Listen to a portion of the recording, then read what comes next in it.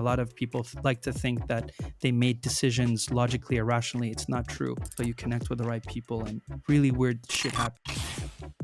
So we're going to shimmy on down to the desert island. Alex, if you were to start again, you had no bags, no clout, no black book, no friends in the industry, and no rich uncle. What would be the 5 things you would bring with you if you're going to start your business journey again?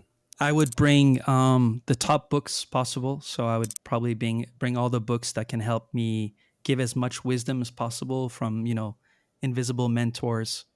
And then other than that, really invest in oneself, invest in understanding yourself, your strong points, your weaknesses, and then finding someone who can complete the other part of the puzzle. Can you give us 2 books that you would cite? Can I give 3? Oh, yeah, of course. So, and I do recommend this particularly in this order, not just one after the other. I consider this as the best way to be read as a sequence. And I would start with the book Think and Grow Rich with Napoleon, written by Napoleon Hill in the 1920s. And the reason why I like this book, by the way, the title is very misleading. It's not about becoming rich. The rich here is more in terms of the mindset, the wealth, and the richness of your mind. And that book really focuses on taking over your consciousness, your subconsciousness. And the subconscious part of your brain is the most powerful part of the brain. A lot of people like to think that they made decisions logically or rationally. It's not true.